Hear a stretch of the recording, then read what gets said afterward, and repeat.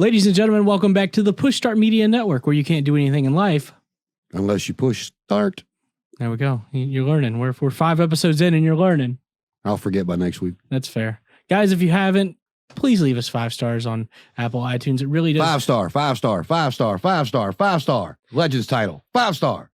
It really does help out the podcast. It helps recommend us to new people, and the bigger we get, the more giveaways we'll be able to do. We just gave away a Matt and Jeff Hardy figure. I think we'll do a giveaway once we get to 10 episodes. Okay. Maybe some sponsors too. That'd be great. Yeah, that'd be fantastic. What was I going to say? I don't know. Good question. I don't know. I do that all the time. I talk before I think. I thought I was the one on the road for 5 hours. That's true. Today we're going to be talking about Sting and how we would have booked him if he came to WWE in 2002. But notice there is a guest with us today. One of my friends that I met 3 years ago now. Most likely, yeah. Damn, it's been a long time. It doesn't feel that long. It has been a long time. But one of the owners of Push Start Media Network, where you can find how we'd book it, and how we push start. Yeah, true. Cadi, how are you doing today, sir? Yeah. What's up, fellas? Me, Devil Trigger, a.k.a. the bad guy, a.k.a. you can't start life without, I don't know, pushing start, whatever the fuck. I'll be just like you, bro. I don't remember that shit neither. And you're the owner, or one of the owners. Now is that Caddy? Is it Cadi, Caddy? It's Caddi, or Cadi, my bad. Because I started to say Caddies is where I'm going to be for my birthday tomorrow. It's almost like gimmick infringement. So the bar. The bar Caddies. No, fuck them. They stole their gimmick from me. Free plug. That's fair. No, I'm just playing. God, this is going to be a fun episode, guys. Episode 5. We're already on episode 5 of How We'd Book It. We've done 5 time. Oh, 5 episodes. Mm-hmm. Go ahead. What we've done? Goddamn, we did SummerSlam. We've done Buddy Murphy was the last one. Braun Strowman. Matt and Jeff Hardy. Yeah, Matt. Well, mainly Jeff and AEW, but I think we actually created a group on Facebook. How We'd Book It fans. No, that was you. I'm not taking any kind of credit for that.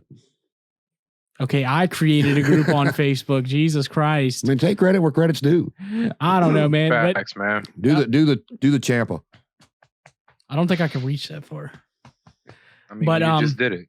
Yeah, so we're actually never underestimate yourself. True. We're actually holding a poll on the group, and to see what y'all want to hear in episode 6, I think the 4 options are 205 Live, how we would have booked that because that was a shit show. Rebooking the Blueprint. So wait a minute. 205 Live. That's just another name for Dynamite, right? Because they're all about 180. No, I don't think Brian Cage is 180. He ain't gonna be there much longer. Starks is about 180. Starks is maybe 170, bro. Let's be real. That's a small man. But so we have Rebooking the Blueprint, the Matt Morgan story. Around the World with the American Dragon, booking Daniel Bryan.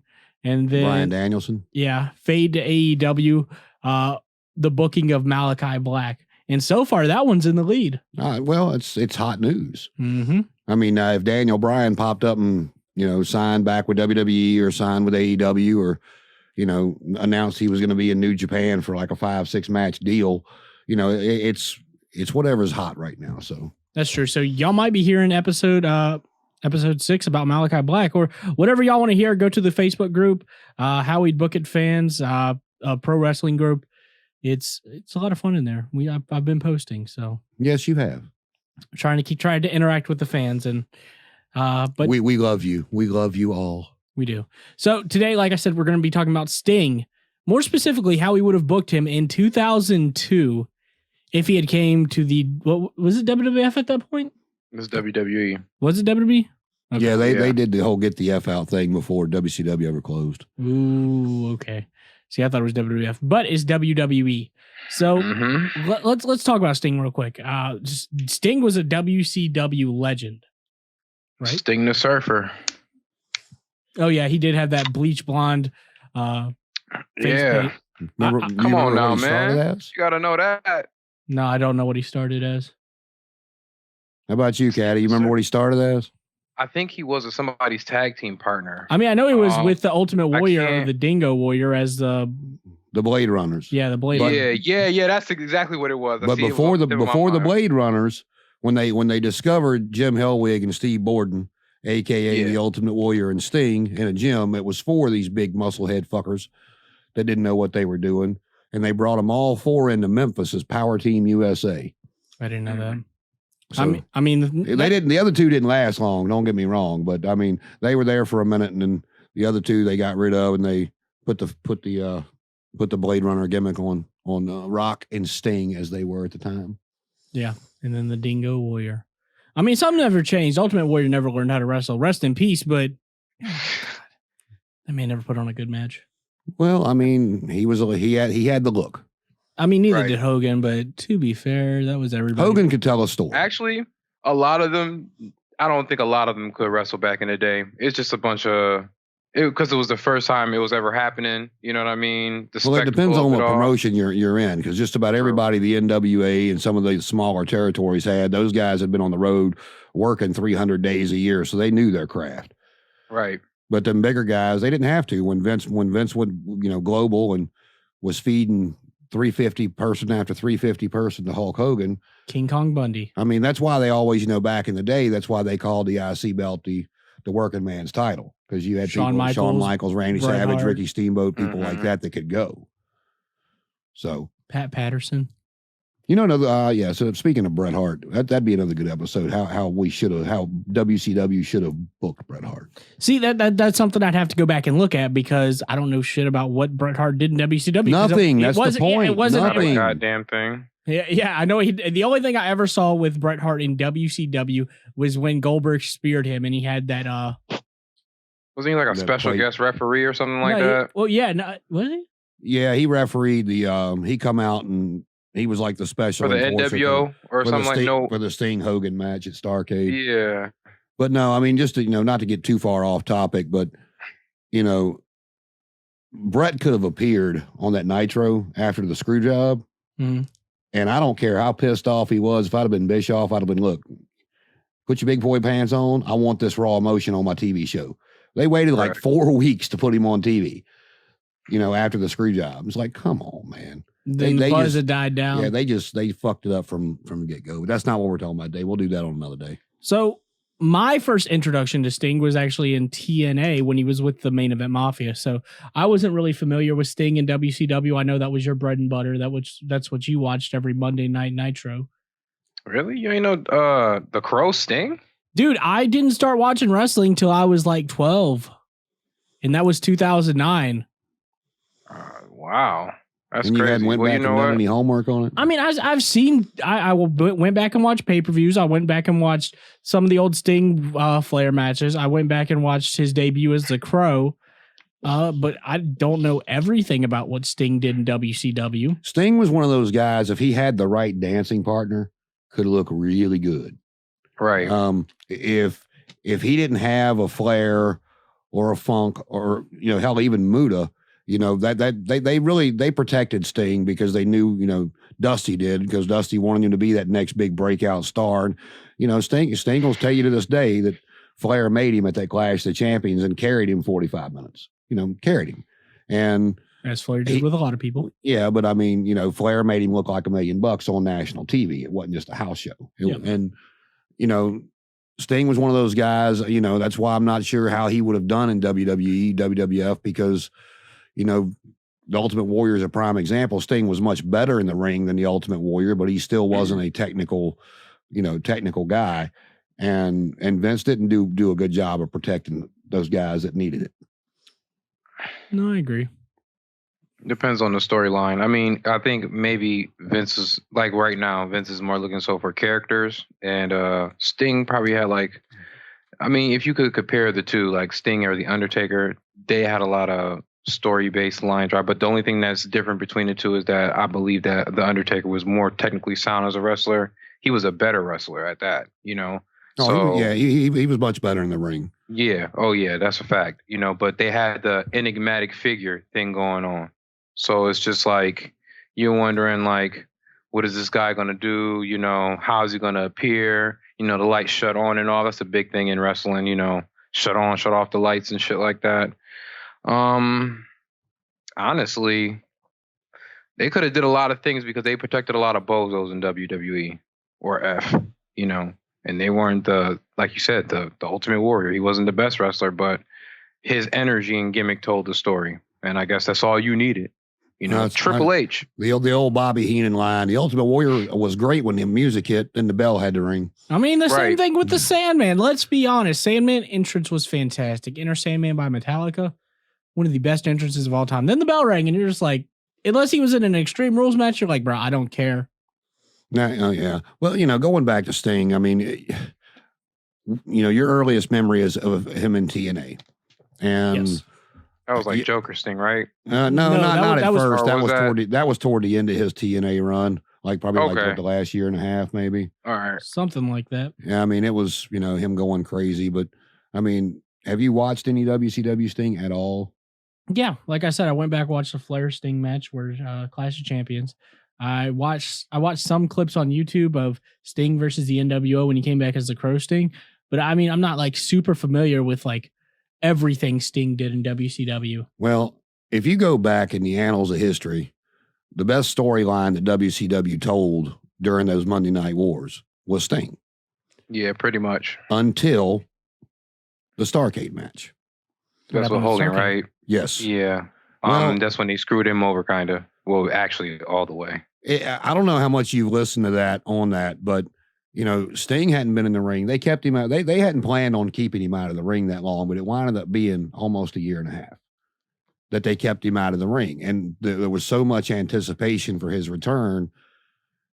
And, when they did the War Games and the NWO had done the NWO Sting, but, I forgot the guy's name that played the part, but, I mean, from a distance, I mean, the guy was built well, they did his face paint. From a distance, a lot of similarities. And, him and Luger being tight and whatever. The guy dressed up as Sting had come out and hit a few of them and this, that, and the other. And Sting kept saying it wasn't him and wasn't him. And it was supposed to be the Horsemen versus the NWO. And Sting and Luger had come out and said, no, we want to be with Rick and Arn. And Benoit told him, or McMichael one told him, if you screw my boys, we're going to kill you, basically. And they went in there, and then the fourth member of the NWO came in, and it was the NWO Sting. And, from a distance, you couldn't really, if you're up in the rafters, it looks like Sting. Yeah. And then it was time for the fourth member of WCW to come in. Sting's music hit yet again. And here comes Sting. And if you go back, it's not a bad match to watch because Sting, this was the foundation for the Crow character that felt, he felt like everybody had, lost faith in him because he was WCW. Ric Flair was the NWA. I mean, Sting came in on the tail end of the NWA, and yes, Flair was recognized, with that brand, but as far as WCW goes, it was Sting. And Sting hit the ring, beat the shit out of everybody. Stinger splash on all four. But I don't know, it was Scott Hall, Kevin Nash, the NWO Sting, and somebody else. I forgot who it was. And I was surprised because Luger winded up taking the fall. I figured it would be Flair or Anderson that took the pin or the submission, but it was Luger. That was the one, I don't get surprised often, but, Sting came out, cleared house, basically flipped them all off. You believe me now? And he walked away. And so it was again a 4-on-3 situation. The following night, he showed up. He was in all black. Last time he spoke for a year and a half. Come out there, and that's when he uttered the famous line, is the only thing for sure about Sting is nothing's for sure.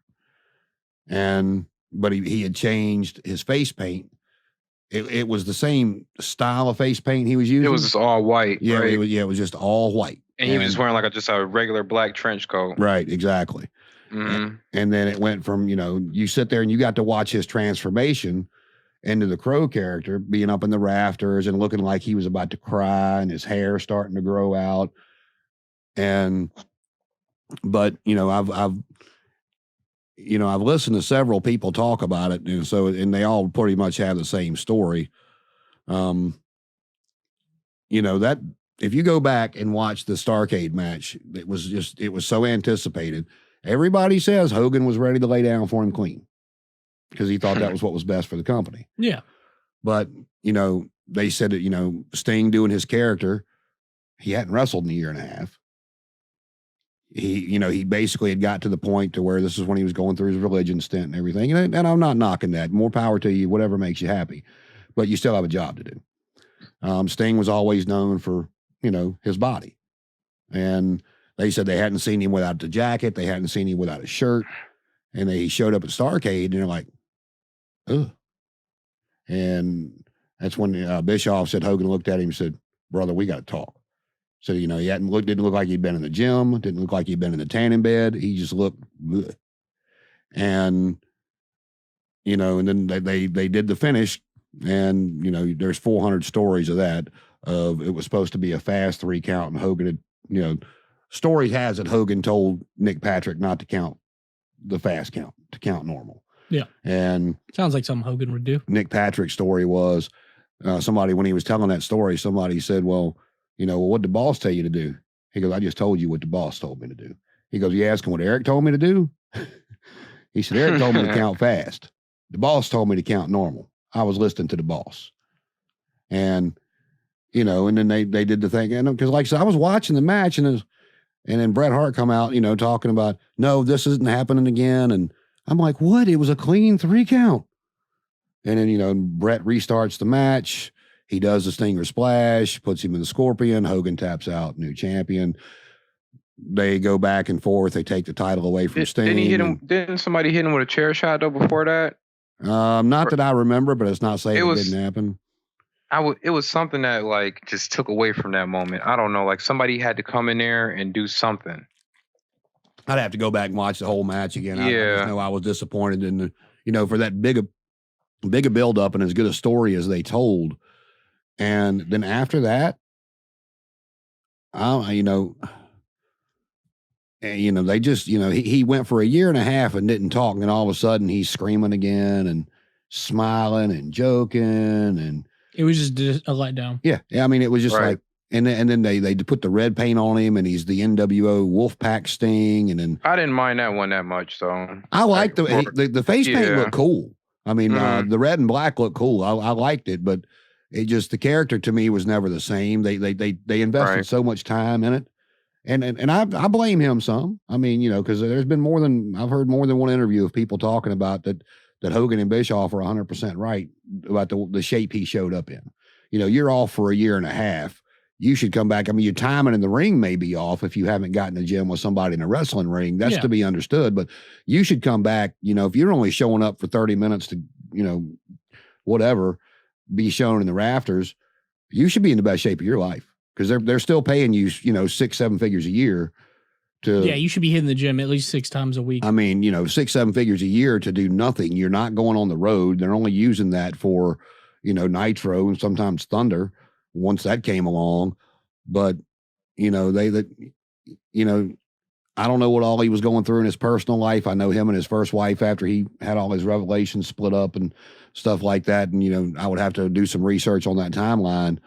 But, I honestly, in my opinion, and I'll let y'all go from here, when WWE bought WCW, the last part of WCW, the last thing Sting did was in a feud with Vampiro.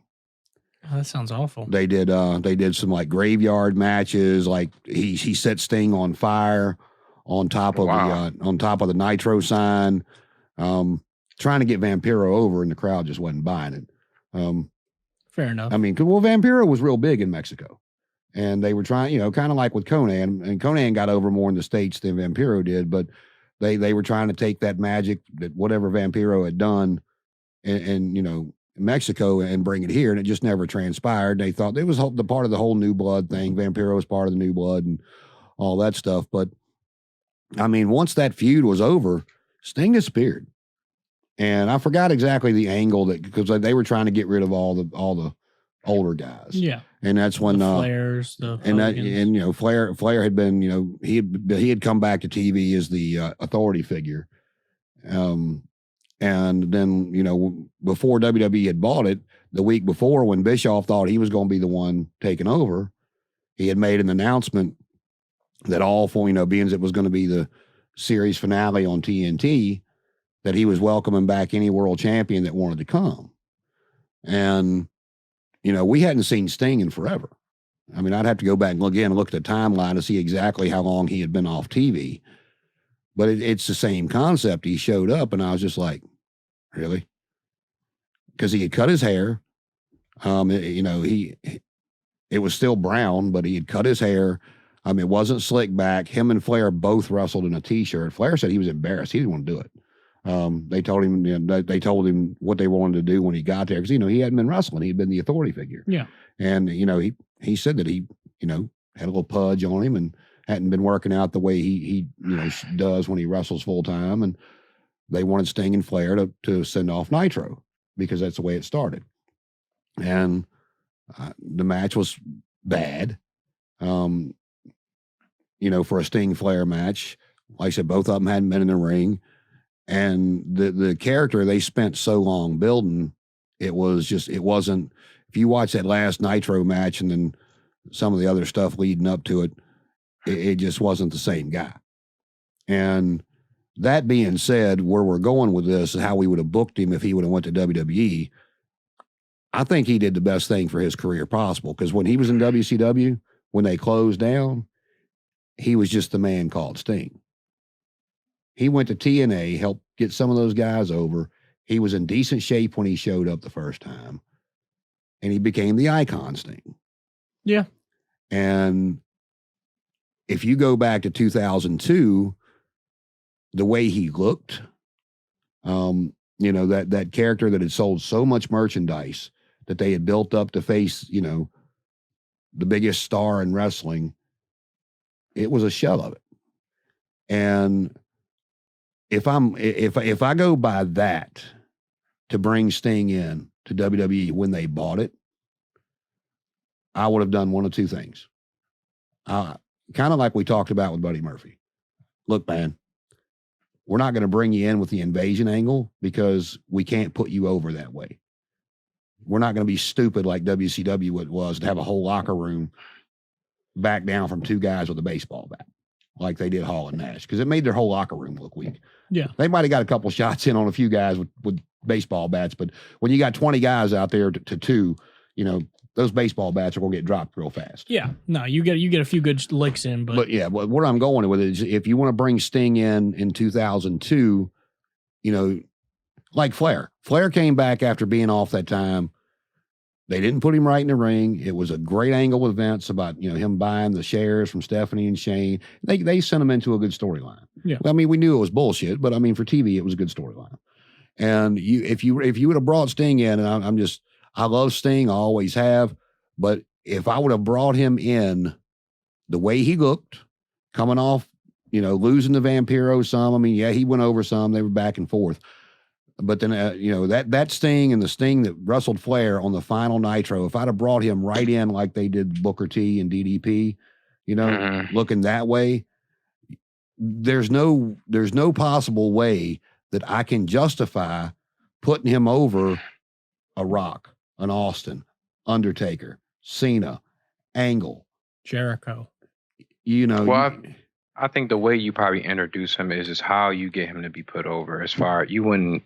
Of course, it's just like if you put him in somewhere where it's just like close to like maybe mid-card main event, like say for instance, okay, his whole entire thing was he's the Crow. He's fighting the NWO. All right. He's coming in around 2002. Build his anticipation up in 2002. Then in 2003, what group was out at the time? Evolution. Evolution was a tactical group. They was tyrannical. They was making their way across SmackDown and Raw.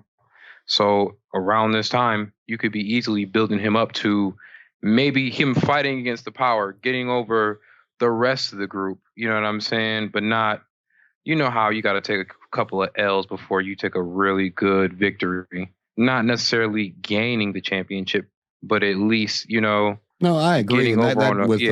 With Flair being part of Evolution, that would have been a good storyline. But what I was going back to is for me to even consider, if I'm in Vince McMahon's position, before I consider bringing him in and giving him 6 figures a year, possibility of 7, depending on pay-per-view payoffs, merchandise, the whole 9 yards.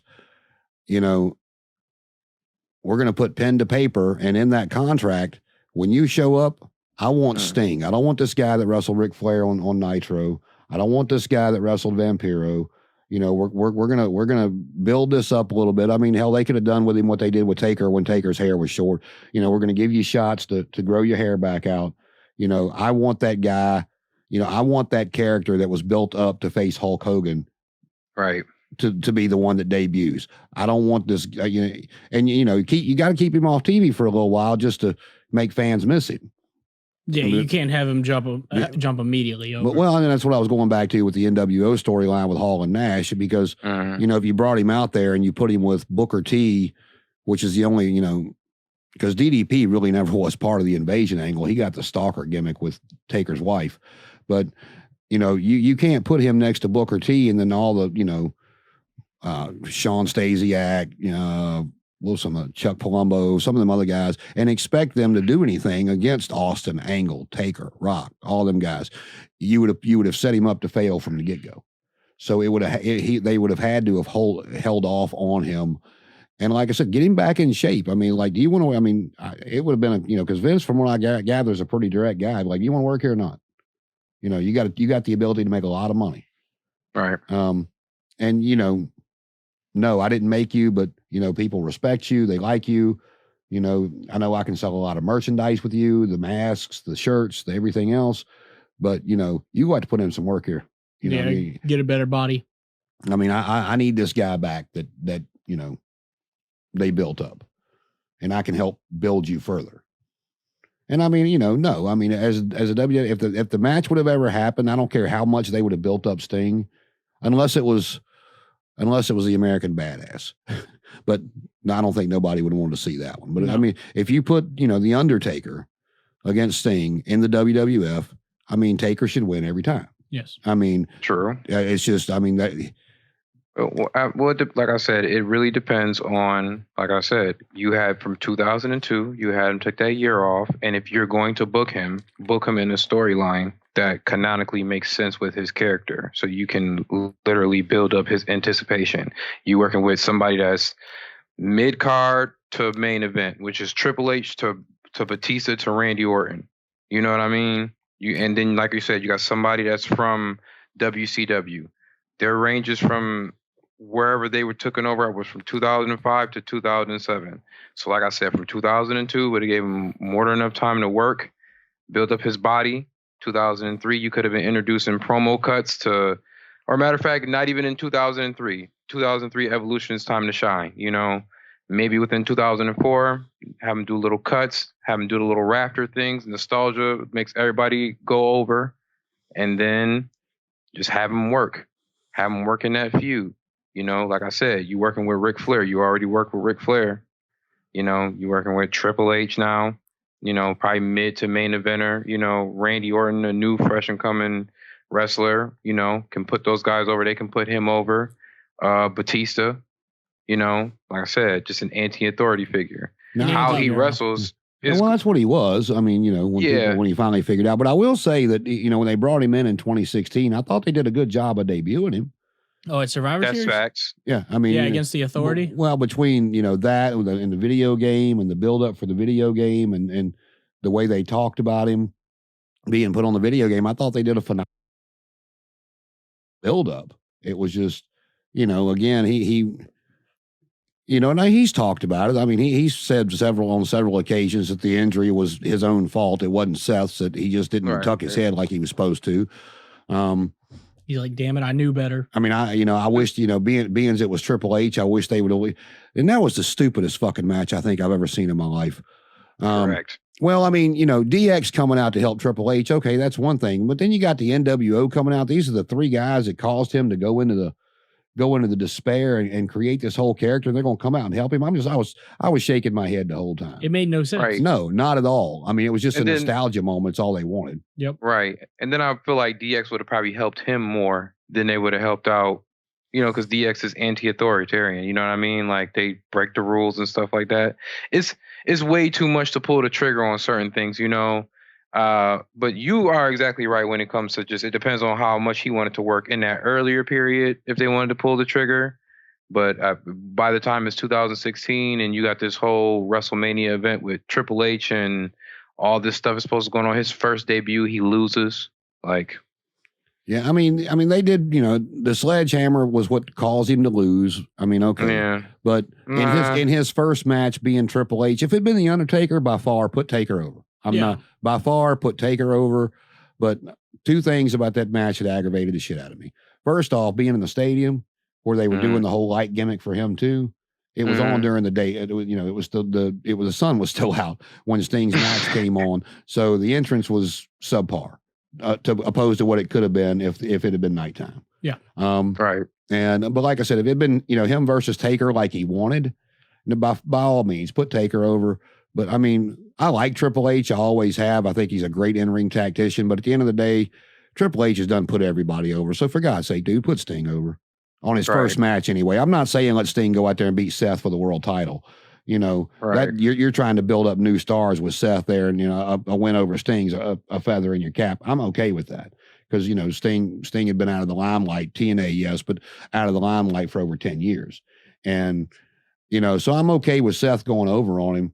Take the injury out of the match, but like I said, Triple H, he lay down for anybody, and if he thought it meant something. So I'm telling you, if I could have been a fly on the wall, I guarantee you that Vince was the one going, no, you're winning. I can see that.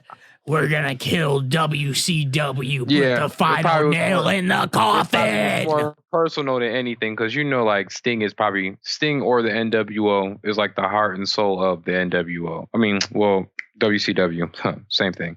And NWO and Sting is like the heart and soul. That's like the two things that you remember from the yin WCW. and the yang. Yeah, pretty much, so it's just like, how am I going to put the nail in the coffin even more further? I'm going to just, Nosferatu, you're dead. You're done. Yeah. So, and even if I feel like Sting wanted to work harder in his image and wrestling gimmick, whatever it might have you, I don't know if Vince probably would have personally, because it's a lot, like, think about it, like, over time, like, Booker T was so over in WWE, even when he came there, he actually deserved to win the championship over Triple H. Well, well, I mean, Booker could work, and he was in phenomenal shape. Right. He had, Booker's got a lot of charisma. I mean, Sting's always been charismatic, except when he wasn't talking, but even then he got that gimmick over. Right. But it's like, as bad as you hate Goldberg, for example, I'll use this as an example. Not a Goldberg fan. Over the years, I've heard stuff that kind of made me go, okay, I can see that. But yes, when they brought him in after his Turner contract expired, and just playing devil's advocate, because he said that Rocky was the main reason he decided to go ahead and come, because he said Rock called him and said I'll do the job, I don't mind. He's like, really? He's like, yeah, just come on in, I'll do the job. But on the flip side of that, if Goldberg I don't care when he showed up on TV, the man's always in phenomenal shape. He looks like $1 million. Always has, even damn near 60 years old, looks like $1 million. Yeah. If he would have showed up looking like Sting showed up at Starrcade 97, or looking like Sting looked on the last Nitro, they'd be like, yeah, change your plans there, buddy. This ain't happening. Yeah, I believe it. Because, even thinking about it, like, the match in Starrcade was so sluggish. You know what I'm saying? Just, it looked like they was going through a heat wave in the middle of wrestling, in the middle of the desert. You could just see the smog and everything in the air, and them just struggling, just throwing headlocks. And even the first finish to the second finish, because now I remember, it's just like he covered him up, and then he argued with the ref, and then he threw his title. I don't know. It was just, everything was just so sluggish, like, just. It wasn't a typical Sting Flair match. No. Like, it looked like they was too tired to do everything, just. I mean, like I said, Sting had all that time. He could have been in the power plant working with some of the enhancement guys. He could have, easily gotten, Flair or Arn to go back there and work with him, make sure his timing was on point. But it's like, I never was a big Warrior fan. Didn't care for him at all. You didn't like the Ultimate Warrior? But it pains me to tell you, and I got some homework for you to do. So the next time we do this episode, before we go into it, I'm gonna ask your opinion. Watch 2 matches. Okay. Watch Hogan Warrior WrestleMania 6. Okay. Watch Sting Hogan Starrcade 97. Okay. And as much as it pains me to say, I'm going to tell you right now, WrestleMania 6 was a better match. Damn. That was probably the best match of the Warriors' career. I could see it. And, for as much flack as people give Hogan, I mean, Hogan had to do most of the carrying, which he didn't have to do that all the time. But, a lot of the guys they gave him, like when the Big Boss Man first showed up as Big Bubba Rogers, he was never over, but the guy could work. Some of them other guys, like Kamala, stupid as his gimmick was, if you go back and watch like nuances of his matches, big dude, definitely a gimmick, fit right in with the 80s, but for what he was, he could work. Yeah. And, like I said, if you go back and watch that WrestleMania 6 match, and it's their Hogan matches, so it ain't like it's going to take you a long time. No, it'll probably take 5-10 minutes. No, I think the WrestleMania match might have been 10-12 minutes. And the Starrcade match might be 15. Geez, that's a long Hogan match. Well, you got to figure all the little bullshit that went on in the middle of it too. But if you go back and just watch it, now again, I mean, you might have a different opinion. But like I said, both was terrible. I mean, they botched it. They botched the finish, no matter whose fault it was. That's the one thing about WWE, because I guarantee you, if that would have happened in WWE, somebody would have been fired. Yeah, I can see it. Because the buck stops at Vince. And if Vince tells you to do something, you're not going to go ask Hulk Hogan, Steve Austin, or anybody else what they want you to do. Like Screwdriver, perfect example. He told Earl Hebner what to do. Earl didn't go ask Brett, should I do this? He's the boss. And that was where WCW's downfall really came down, because again, like we talked about before, and Bischoff said it perfectly, they weren't a wrestling company, they were a television company.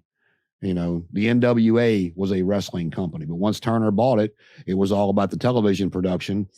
That's all they cared about. And the ratings and everything else. And with Turner Sports, there were so many, too many Chiefs, not enough Indians, as the old phrase goes. And, and Hogan, Hogan had that big Turner contract. He wasn't under a WCW contract. He was under a Turner contract. And, so, Nick Patrick's defense, I mean, hey, this guy, he might not be able to fire me per se, but he can get me fired. He can make my life miserable if he wants to. Yeah. He's Hulk Hogan. And, some people say he's a great guy. Other people say he's the biggest piece of shit you'll ever meet. It just, depends on who you talk to. Depends on who you talk to. I've never met him, so it's probably somewhere in the middle. Yep. That's the truth. But in Hogan's defense, it's just like everybody else. Like when Steve Austin took his ball and went home, people look out for their character, look out for that money. Right. So, but again, I mean, but is your character worth protecting if you're just doing leg drops and ooh? Well, Sting's character, Sting's character was worth protecting, but that's true. He didn't protect it. That falls on him. True. Right, because he definitely was out of shape. I definitely remember, because the singlet he used to wear where it just showed like his like his pecs and his triceps and his biceps, but he wore like a whole like Mankind vest, like t-shirt cut, just like only showing his arms and stuff like that. Yeah, no, and that was the same thing he wore against Flair on the last Nitro. So right, I mean. It's like I told you with Hogan, about Hogan several times. I mean, and you can listen to 400 different interviews and they all say the same thing that, for as much shit as Hogan takes from certain parts that he didn't mind putting anybody over, he would just, okay, what next? Stroke that full man too. He wanted you to be 3-4 steps ahead. So he knew where his next paycheck was coming from. And that's the way those old school guys got brought up. And if you couldn't answer him, ain't gonna work for me, brother. Pretty much. Mm-hmm. And, it's like I told you before, that's the two biggest catastrophes with creative control, Hogan for one in WCW, And then Brett, he had, he didn't have it for his whole contract, but it was set up in his contract when he left that he had his final 30 days with the company. He had creative control to decide how he got to choose how he goes out. Yeah, so he doesn't screw his character up. Yeah, pretty much. And he, that the screw job came from that. But and Sting and Bret could have had some good matches. The Sharpshooter versus the Scorpion. I mean, it's Bret Hart's for a different day. But again, episode. I thought, and I don't know Vince McMahon personally. I'm just shooting from what I wish I did. I'm just shooting from what I think. Sting being Sting, if he would have been Sting and in shape and not what they saw, the production company, because Vince wasn't there. He was at Raw, but Shane was there. Bruce Pritchard was there. All these other guys were there to make sure that last Nitro went, the simulcast, everything. All of them went back and gave him a report on, what Sting looked like, what this guy looked like. Not just picking on Sting, but they went back and told who was the top guys, who was the guys that were, we didn't need them, so on and so forth. And I guarantee you, at least because from what I gather, Pritchard just don't pull no punches. He don't really give a shit what you think about what he says. But I can see him now just from some of the interviews I've heard going, well, that guy might have been something 5 years ago, but he ain't shit now. Right. I can see him saying it. And if Sting would have been that 97 Sting, not after the Hogan match, but the one going into the Hogan match with all that mystique, all that mystery they had built up around him, the guy that was just sliding off rafters and stuff, off cable wires and shit. Vince might, Vince has been known to go to fly to people's houses to talk to them one-on-one and not just do it by phone. He might have made a bigger push to get Sting, but seeing what he saw on TV the last 6 months, Sting did stuff between Vampiro and that Flair match, and then the way like I said, cutting his hair off. Not the only thing that really, to me, in my opinion, that looked similar was the damn face paint. Yeah. It just didn't look like Sting. No, he just he, like I said, there was some stretches there in TNA. He looked like he got in real good shape, and then. He was in for his age. He was in good shape when he came in 2016. But he like now. You see him in AEW doing what he's been doing. I don't know if just you find God, you forget the gym. I don't know how that works. I'm not impressed with it. Well, but he's not showing anything. It's long sleeves. It's a trench coat. I get he's 60 years old. He's not going to look like he did in 1985. I get that. It's not what I'm saying. It's just, he's doing the same thing now that he's been doing since WCW closed. And that's making money on his reputation and name value. And so, there's shoulda, coulda, woulda, a ton of what ifs. But if I'm in the WWE's position in 2002, I book him the same way they did. I don't bring his ass in. And I know that might sound cold, but I watched all that shit. And being a Sting fan, you didn't want to see him get murdered not that. It's just he was, like I said, a shell of himself.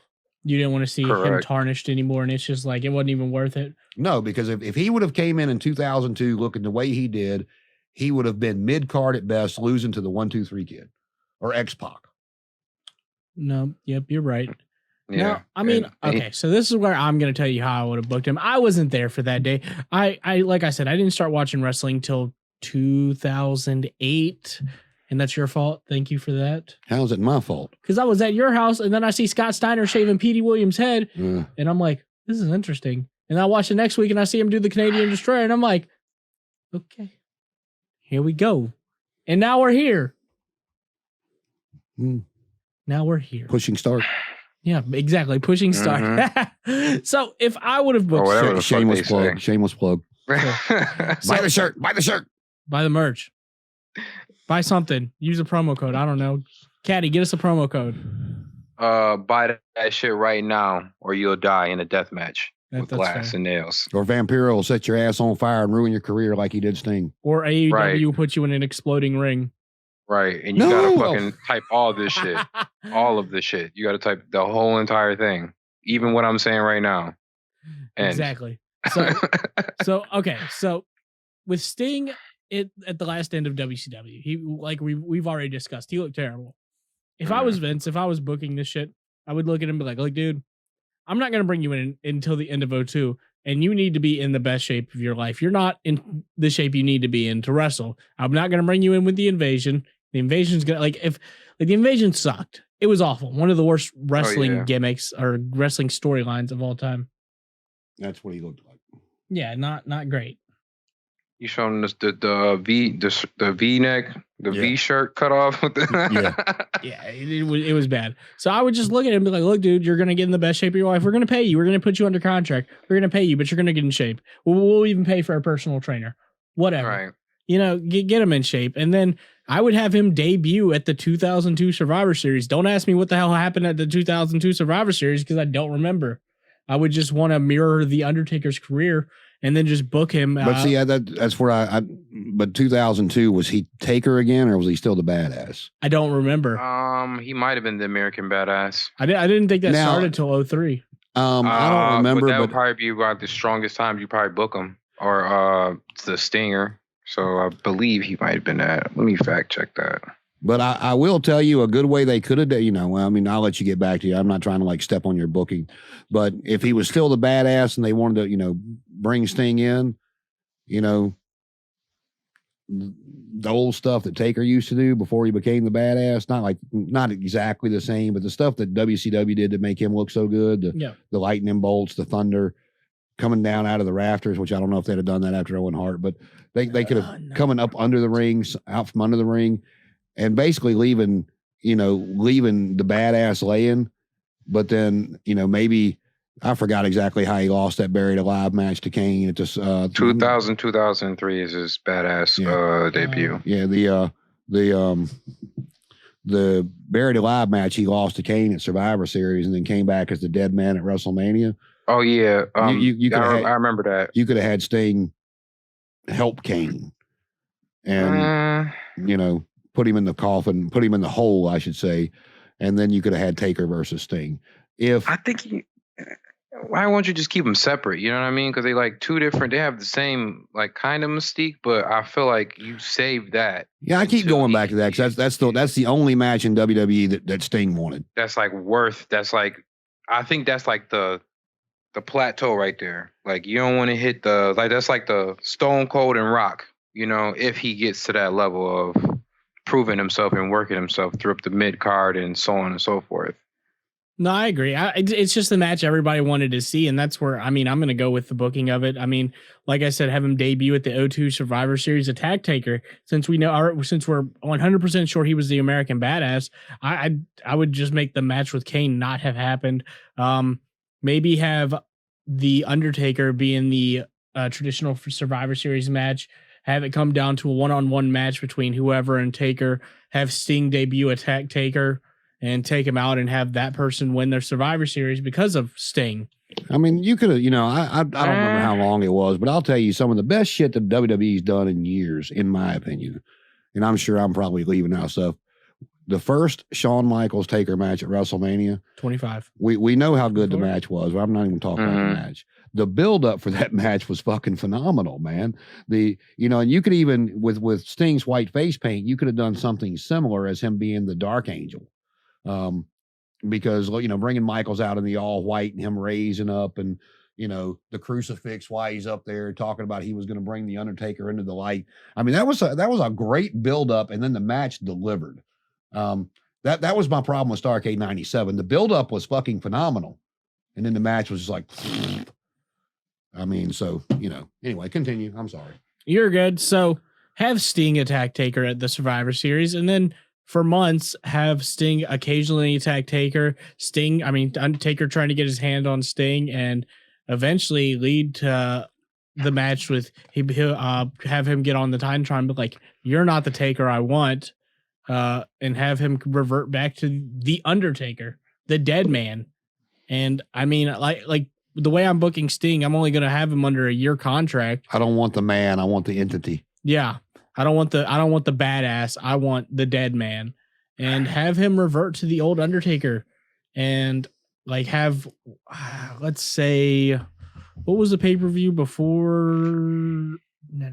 So January's the Royal. I would have him at the Royal Rumble attack Taker so bad that he's just out and he doesn't come back until the night after the pay-per-view before Mania as the Undertaker. Well, I mean, if you really want, you could do that, but I mean, and I'm just playing devil's advocate with some of this stuff because I told you, I mean, the way he looked, I just wouldn't have brought him in either. But if you want playing devil's advocate to build up the match with him and the Undertaker, you could revert back and be like we said, put his ass in the gym, make sure his hair grows back out, but stick his ass back up in the rafters for a year to build up the match to WrestleMania.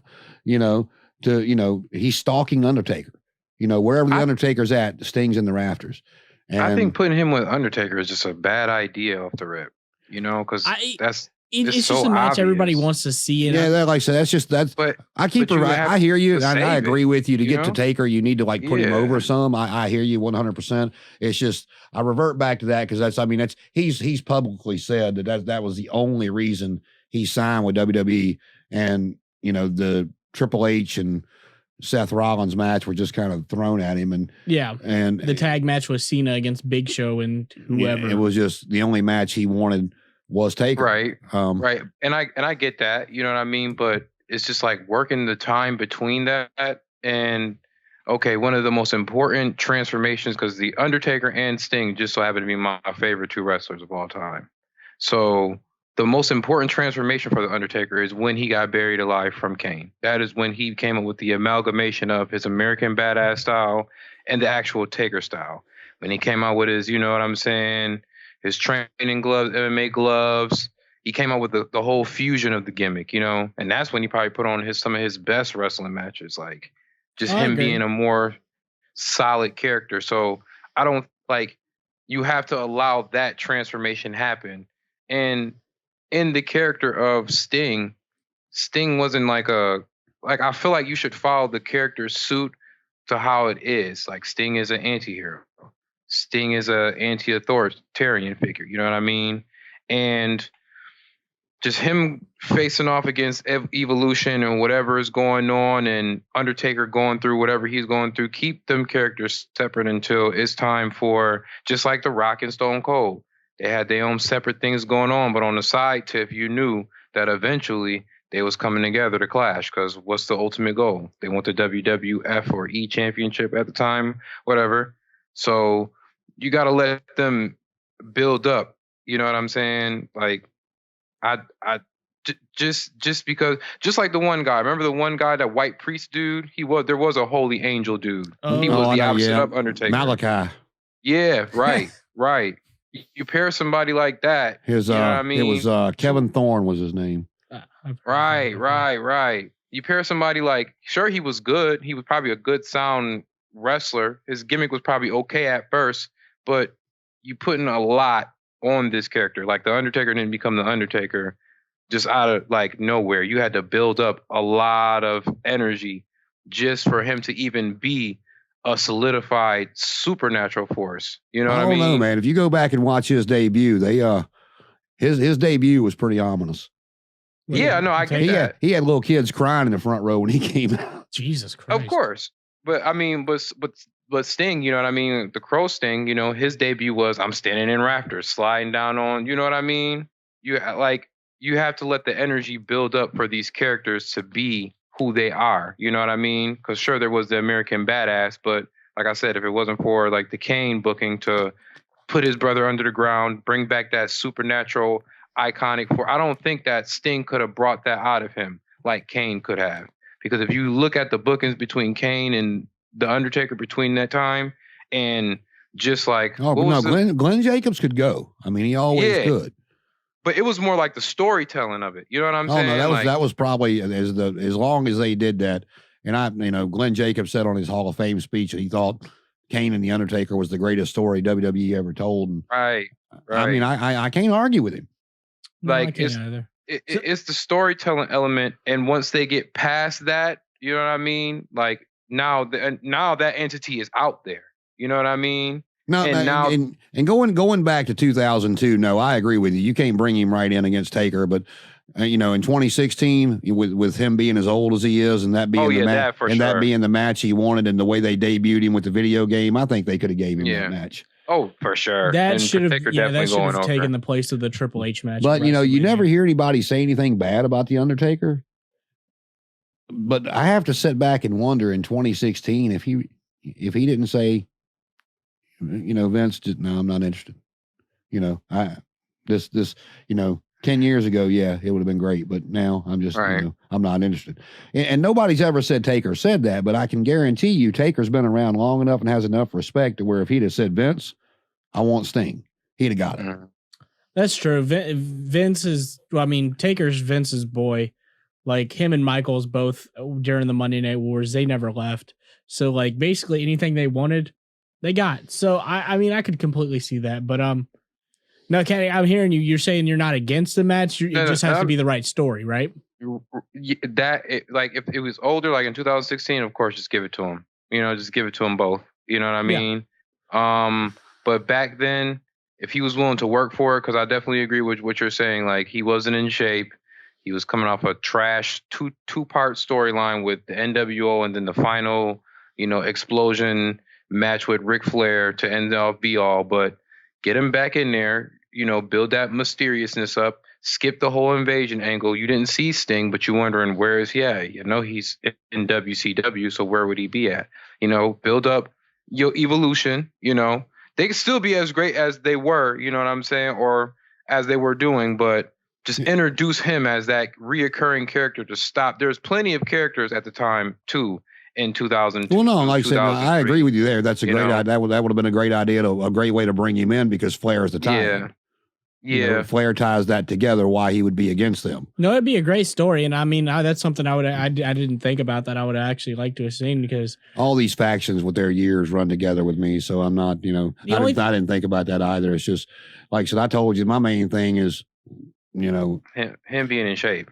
Yeah. I mean, he just, as much as I like Sting, and is like, if you go back and, I mean, if you want to watch a decent match, I mean, and, you know, watching it now, you'll know a little bit more to what to watch for. But, you know, you can see Flair giving him hues. You can see Flair taking these bumps for him and making him, you know, Sting had probably been in the business 3 or 4 years by then. But he's still green. And he's still a musclehead, you know, like the Road Warriors were. But, you know, Flair went out there and made him look like he could wrestle. Yeah. And, you know, he put him on the map. I mean, you know, Sting didn't win the title, but he had him in the Scorpion. And, no, ding, ding, ding, ding, time limit draw, 45 minutes. I mean, great, you know, you used to see a lot of that back in the day because, like I told you before, that was the champion's job back then, was to make these guys look like they should be world champion. But no, I mean, you know, there's a lot of different things you could have done, but you know, it all, in my opinion, goes back to what he was willing to do and what he was willing to work for and fight for. And right. You know, he had a gravy TNA deal. He worked 3 days a month for $500,000 a year. Yeah. I need that job. Same. AEW, TNA, New Japan. I need that job right now. Ring of Honor. I mean, you know, I don't care. I'll work. I'll work. I swear. I mean, that TNA deal he had, you know, he had to show up for TV, and they did a taping every 2 weeks. You know, so they'd tape the 2 weeks. They'd come back. They did it like Raw used to. One would be live, and they'd tape the one behind it. Sting would have to show up for TV, you know, twice a month, and then the pay-per-view for $500,000 a year. You know, that was one of the, you know, Flair's actually talked about it and said that, you know, when Sting's contract came up a couple of times, that he, you know, Vince had offered him a job to come over there, and he thought about it because that's where Warrior was, and you know, he was wondering, you know, and Flair's thing, he goes, if you see what he saw what he did the Ultimate Warrior, imagine what he could have done with Sting, because Sting could work, right? But you know, WWE was also on the road 300 days a year, and he didn't want to do it. I can't blame him. So that was always the reason, you know, he never stayed. And you know, going back to the invasion angle, you know, Bischoff's talked about it. He said, you know, he goes, I'm not saying anything people hadn't said before. He goes, they offered me a job. They wanted me to come in. He goes, but I wasn't. He goes, I worked my ass off building what we built in those 83 weeks in a row to beat them. He goes, I wasn't going to come in without Goldberg, without Hall, without Nash, without Rick, without Sting and lead a watered down version of WCW just to get slaughtered by the WWE. He goes, I'm not mad at Vince Ford. He goes, if we'd have bought WWE, I'd have done the same thing. He goes, I'd have made them look like crap. He goes, if I, as WCW would have bought WWE, he goes, I'd have had Rey Mysterio out there beating Steve Austin in 2 minutes. He said, that's what you do. You killed your competition. He said, he goes, I just told him no thanks. And then he came in as general manager, which is fine. I mean, I completely understand it. It makes more sense that way. But yeah. Well, anything else to add there? Nope. I would just lead to that match at Mania with Taker and Sting, but that's my thing. It would have definitely been a dream match, but on the flip side of it, in 2016, both of them had slowed down enough to where they could both still go. Yeah. But they still needed a dance partner. And so in 2016, if they both wanted the match, give it to them. But at the end of the day, I'm kind of, it's kind of, maybe it's good they didn't, because you don't, everybody would have underdelivered. Everybody's wanted to see that match since Sting's Crow character in 97. And, instead of everybody still sitting around going, what if, they could have been going, we waited that long for that. I mean, so maybe, smarter people than us doing this sometimes, I guess. I mean, we're pretty smart. So if anybody hiring, we got y'all. We can definitely throw some ideas at you. You see, we just came up with that crazy idea with all this stuff going on right now, so I don't know, but I understand what you mean, because Sting as a character, his whole career has been carried over just by an iconic status of just his reputation alone. And that's pretty much the only reason why. Matter of fact, The Undertaker is my first favorite wrestler, but by default, me watching WCW, finding a character I can identify with or, that's close to my favorite wrestler, it would be him. But he didn't really have the technical skill like he was a big man but worked like a high flyer at the same time, and can throw you across the ring at the same time. Like he wasn't his force wasn't imposing, his like will wasn't intimidating. Like even as Taker as American Badass, you know what I mean? He still could ride down the goddamn ramp with the goddamn motorcycle and be like, "You dead now," and you believe that shit. Oh yeah, I mean he was definitely believable. Right. Christian knows this, but Flair was my favorite before then, but he bought me a beer and a shot at the Marriott here in Richmond one night, so that solidified it for me. I mean, Flair is a grand man in general, so I don't doubt that him being one of your favorites is accoladed to nothing lesser. But anything else, Cadi, to add on it? I mean, damn, I wish Sting would have did more, because the reason why too, I would like really wanted to take this and talk about it with you guys is because I realized that even just rewatching some of his matches, rewatching his WCW, NWO type, ish, like then his TNA stuff, I just realized that his career was kind of lackluster, and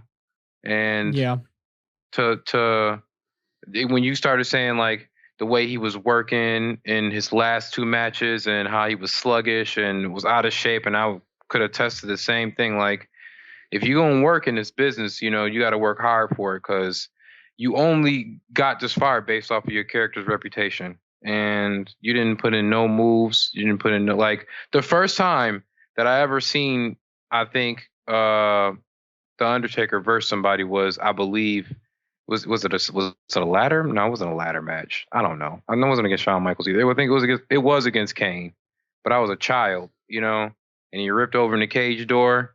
I think it was Hell in a Cell. Oh yeah, Hell in a Cell when When Kane debuted. Yeah, that was Kane's debut. Yeah. That was like I was getting into Undertaker, because I seen a couple of tapes while I was at the YMCA, old school WrestleManias and old school wrestling events, but Undertaker just stuck out. But I convinced my dad to be like, oh yeah, I want this pay-per-view so I can watch this big dude choke slamming everybody through tables and God knows whatever, he's just an imposing force. Like, just to chime in on that real quick.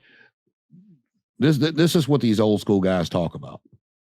When there's a way to lose without tarnishing your character. Right. And that match, that's a perfect example, because Shawn Michaels pinned The Undertaker, okay, in the first ever Hell in a Cell match. And now people will talk about it because they go back, but anytime they talk about that match, it's not the fact that The Undertaker lost. It was Kane debuted.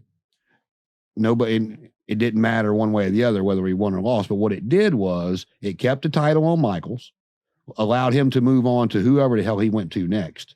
And then Kane and the Undertaker storyline began. Yeah, they got their program. And nobody ever, Razor Ramon questioned it. Razor Ramon and the 1-2-3 Kid. Oh my God, he pinned you. You never heard it. Like when those guys lost, they made it mean something. And it was a transition, and it wasn't of just, oh my God, he got beat by that guy. It wasn't God, look how small Michaels is, and he pinned the Undertaker. None of that was ever said. It's like those guys tell you, and that's like I said, that's my biggest problem with not only AEW but WWE as well. They don't.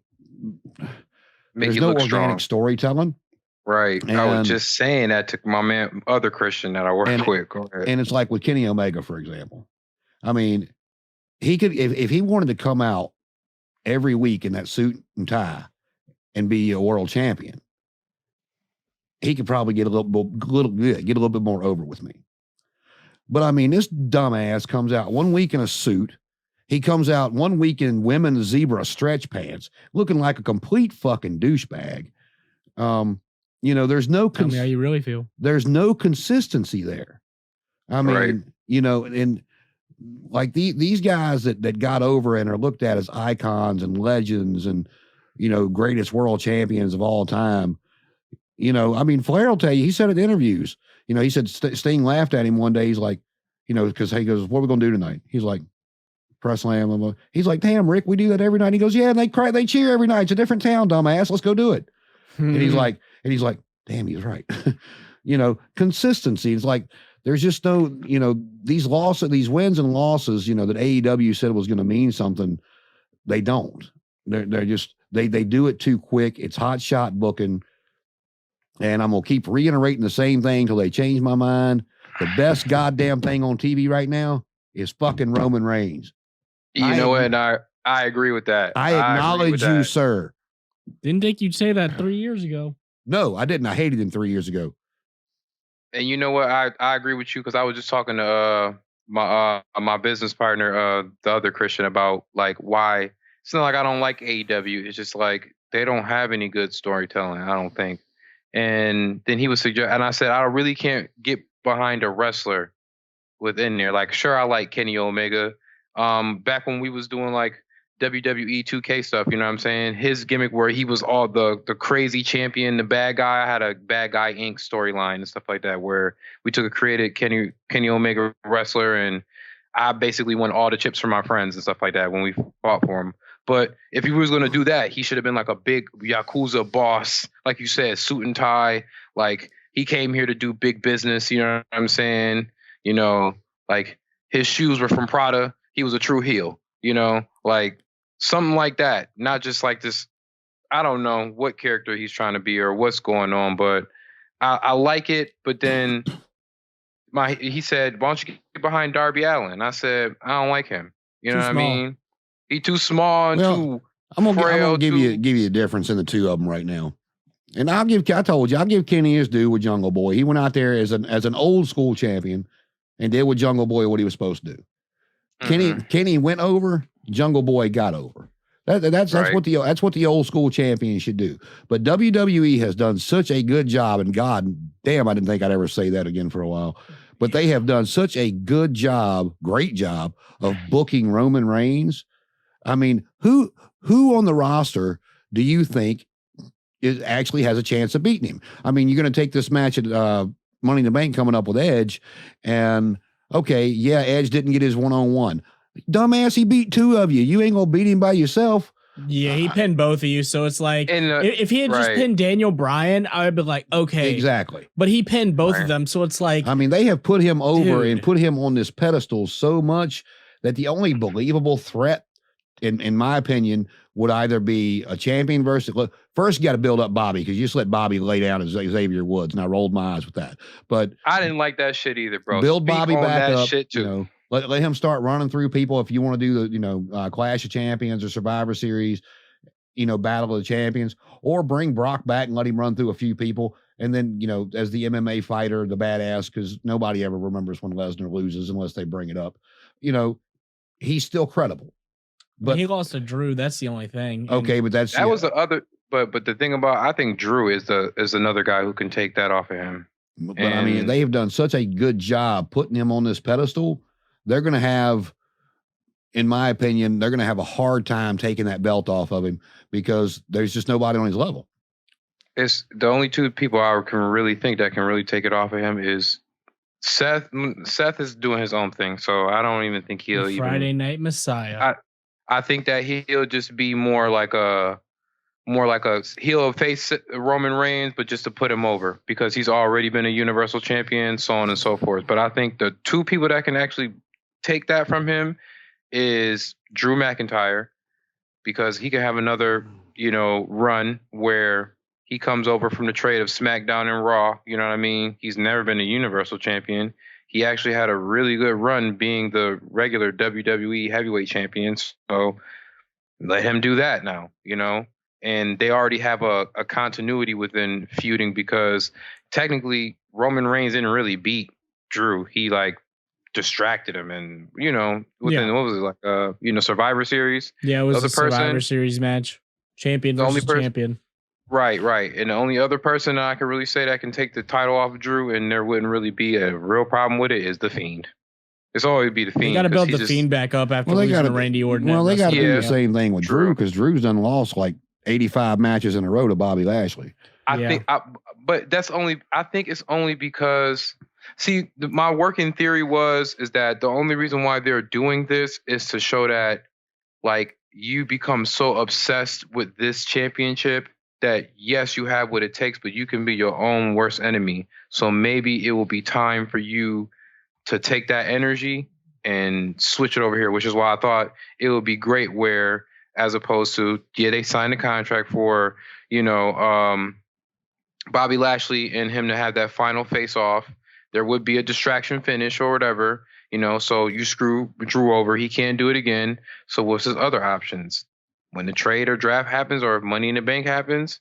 Yeah, he's in the Money in the Bank match, so we might get to see it. But I mean, Roman and the family's doing so well.